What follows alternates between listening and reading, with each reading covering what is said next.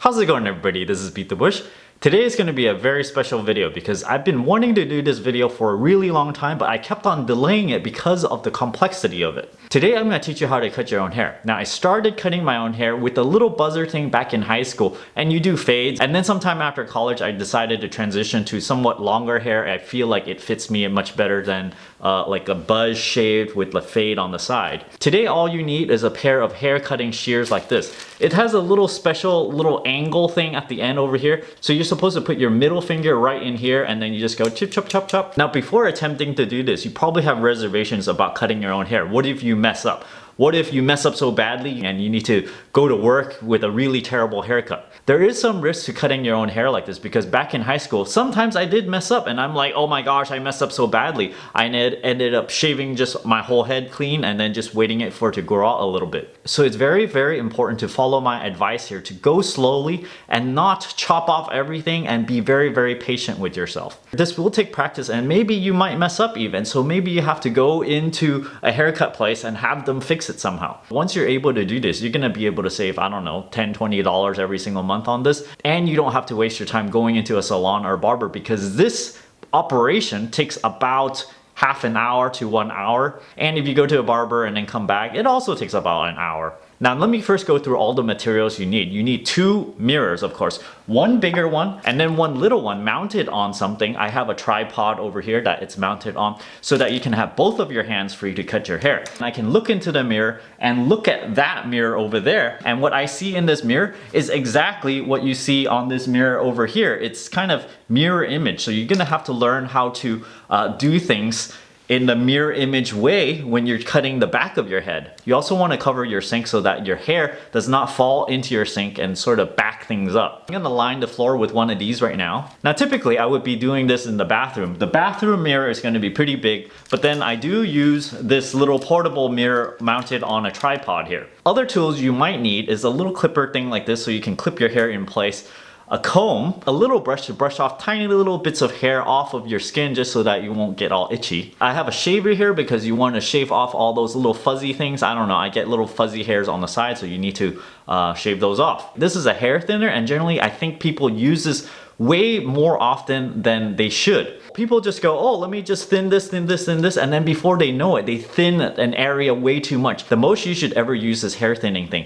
is 1 clip per area. So if your hair is like 2-3 inches long and you clip over here, then don't clip further down again within 2-3 inches. Generally, I don't even need to use this hair thinner thing because this pair already does enough. I can thin my hair without needing the help of this thing. So out of the 10 times or so that I cut my hair last, I didn't even use that hair thinner. I just used this regular thing. The brand of this thing is my favorite brand. It's the same brand as the knives I have, which is the J.A. Henkel's Germany thing. I have some water over here. This is mainly to shape your hair so that you can move your hair aside nicely so that you can cut the part that you do want. Now, I often cut my hair like this. I just spray some like this. Let me set my mirror over here because this is a little bit difficult for me to see. So I am using that mirror over there. So I part my hair along the top over here first. I mean, you're gonna have different hairstyles that you wanna do. So you just basically kind of figure out how long you want each part and you go ahead and cut it. Now, what I notice is when you cut your hair, you don't really want to cut everything to the same length, or else you just use one of those Flowbee things, just vacuum it up and it's gonna cut at the same length. The thing you need to do is whenever there's hair close to the edge, you actually have to cut it shorter. Otherwise, it's gonna look a little bit funny. For example, this little bit of hair over here is really long. You don't want it that long. You want it a bit shorter than what you want it if it's a little farther from the edge, like over here, where you want it a little bit longer. So when you cut it, there's different ways to do it. Sometimes you can just use your hand like this as a comb, and you can just cut on top of your fingers like this. Be careful not to cut your own fingers. Measure the distance from your head with your fingers. Since you're cutting it yourself, you'll have different ways you need to do it depending on what part of your head you are, because over here, it's kind of hard for me to hold it while cutting with my right hand over here. So I would kind of like pull it out like this with this hand. And you can see I'm not just grabbing a bit and then just kind of chopping it off straight like this, because you always want to avoid this chopping action where you cut everything very flat, because that's gonna create a very sharp edge on your hair. And after you're done, you're gonna be able to see distinctive sharp edges there. So in order to avoid this, what you want to do is just kind of pull at your hair a tiny little bit like this, just, you know, kind of gentle, and then you start somewhat close, and then as you close the shears, you draw it out like this so that you're giving your hair different kind of lengths as you draw it out. Now if you want your hair to look very blended, yes, you would do, you know, things like this where you cut it a little bit and then you go up. It does not look good if it covers your ear like this, so what I'm gonna do is I'm just gonna go in there and just chop that off like that. So you see on this part, I've kind of grabbed it with my hand and I've spaced it away from my scalp with my hands, and so now I can go, okay, let me just come over here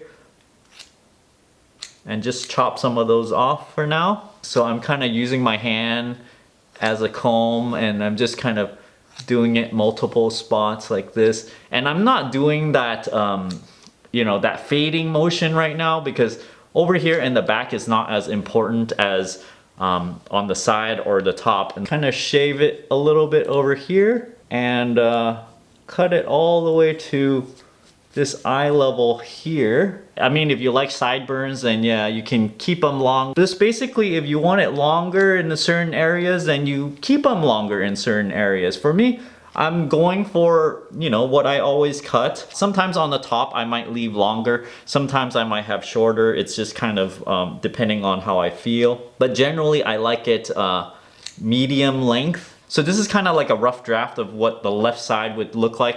I'm gonna work on the right side now. You see all this hair over here? We definitely know we want to get rid of that, so I can just do a chopping action here. When you're doing this, you're gonna notice it's kind of difficult to control your hand movements in the mirror. And even more difficult if you're trying to control your hand movements in the mirror, because when I go and cut in the back, I'm gonna have to bounce off two mirrors, look at it, and move my hands you know, normally. I've cut my hair so long in this way that when I look at the mirror, I don't even have to think about which way to move. It's kind of like flying a quadcopter when it's facing yourself.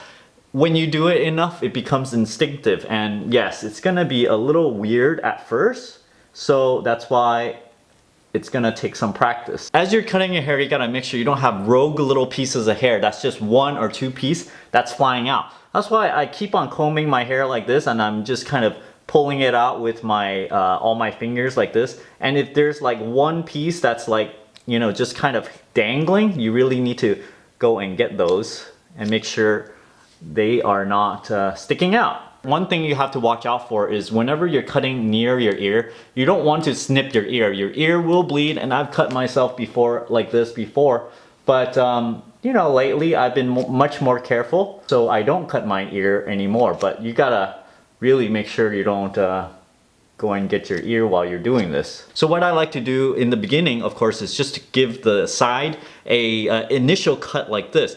Now, everything from this point back is not cut yet. The top is not cut yet, so let's work on the top first. Now, some guys like to have their hair dangling down and have longer bangs, but I find that, you know, if I want to spike it up, I need to cut it, you know, kind of towards 3/4 the way down my forehead.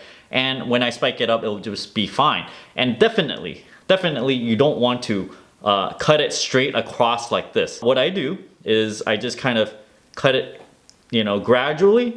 And when I know there's a stopping point, then I would cut more. You always want to go over here, and if you want to make it a little shorter over here, you just kind of do it several times near that area. Hair around here and here tends to be a little bit thinner, so you want to make sure all of this is roughly the same length. Everybody's head is going to be a little bit different, and this is, you know, just what I learned about my own head. And you gotta kind of know how dense your hair is in certain parts of your head, and then you need to adjust accordingly. When it's wet like this and I'm pressing it down, it looks longer than it is. You see, if I just go, oh, okay, I'm gonna put it back, it's not all that long. So another technique I like to do is just kind of cut not to all the way to the scalp, starting an inch from my scalp, and I just go cut, and then maybe like 3 inches above my head, I'll just kind of snip the rest off like that. And this will kind of give it a little spiky look when you put in hair wax or gel. You don't have to make every single part of your head the same length here.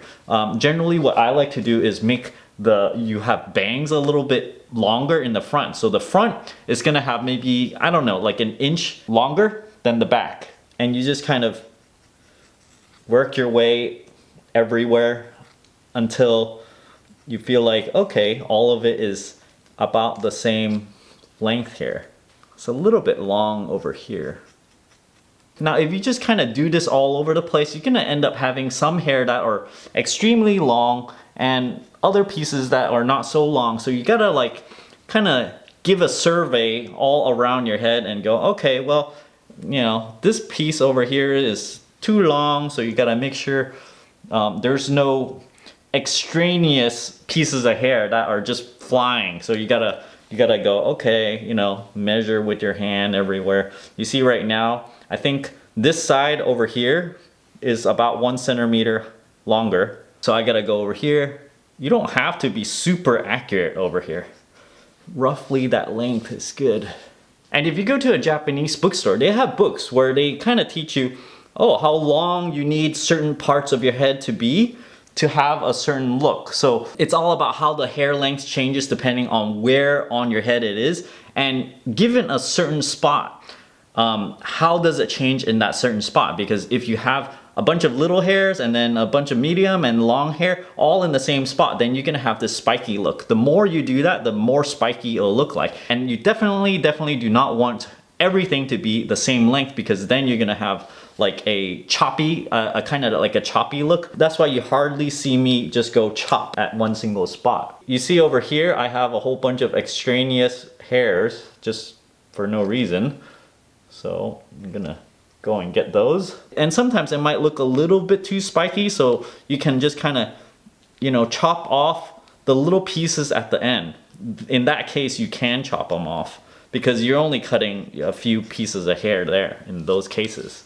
So sorry the mirror covers half of the screen over here, but this is the only way I can do it where I can see it and you can also see what I'm cutting as well. Right now I'm looking at the back of my head and you see I did not cut all this part starting from behind the ear over here all the way to the other side, neither this area. Typically for guys, you're not gonna have as thick a head of hair on the top as on the side. The side tends to be a little bit thicker than the top. So what you need to do to make it look good is that you need to thin the hair on the side over here. So when you're cutting it, you want to cut it based on your head shape. If your head over here is not completely round, then that means you need to leave a little bit more hair here so that the end product is nice and round. For me, I know I have more hair on the side over here, kind of like where my hand is touching all the way over here. So I'm going to concentrate on this part more and cut more along this side.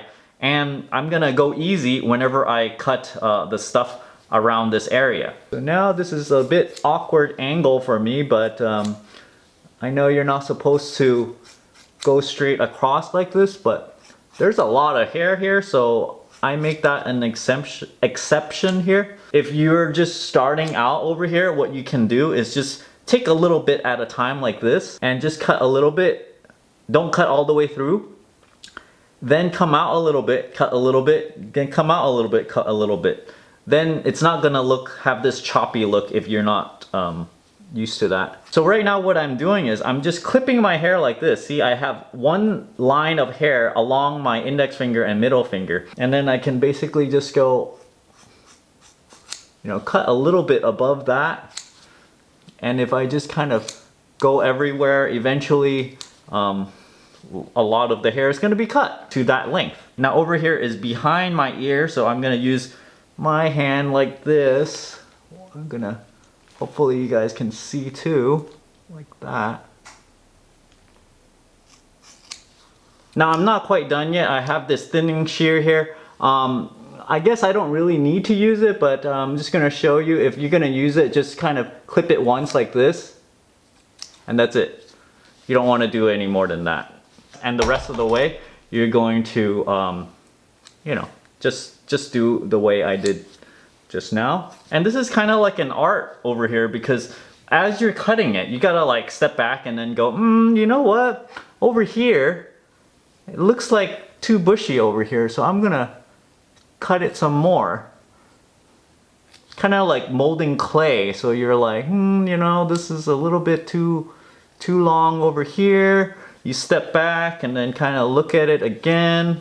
Make sure you're not hurrying when you're doing this and you have like 2-3 hours before you're doing something else, just so that you can relax and, you know, take your time doing this, because even with me kind of knowing how to do it, I don't like to be rushed and I can mess up if I'm trying to hurry through this. So you can see as I'm cutting it, it's kind of looking like it's getting shortened a little bit. There's a lot of little fuzzy hair. I mean, I have a lot of fuzzy hair. I need to go in there, shave off all the fuzz. Now I've been looking at this side mostly, so I'm gonna switch to this other side. So over here I'm using a different scissor holding method.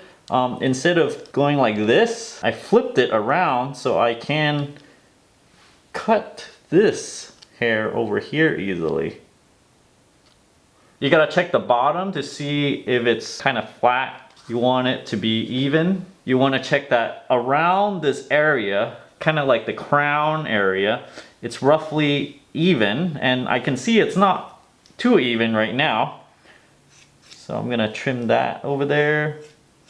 So I'm gonna touch this up a little bit off camera because I cannot see my full head in this mirror setup that I have over here. I'm gonna go do that and then come back and then show you guys, you know, the end result. Basically, it's just looking in the mirror and just kind of eyeballing everything and go, you know, that has a little bit too much hair. So you just go in there and snip a little bit off here and there. You know, you can just work very slowly and just do that little progressive method where you pinch a little bit hair, cut a quarter of the way, you come out a little bit, maybe 1 centimeter, cut another quarter of the way, come out. And so you do this sliding motion, and it's gonna be very gradual if you always use that method. So that's it. I put the final touches on it. I trimmed it a little bit here and there just to make sure everything is even. Took a shower, kind of styled it with some hair wax, and you know, this is the end result. So let me turn around for you. A little bit long over here.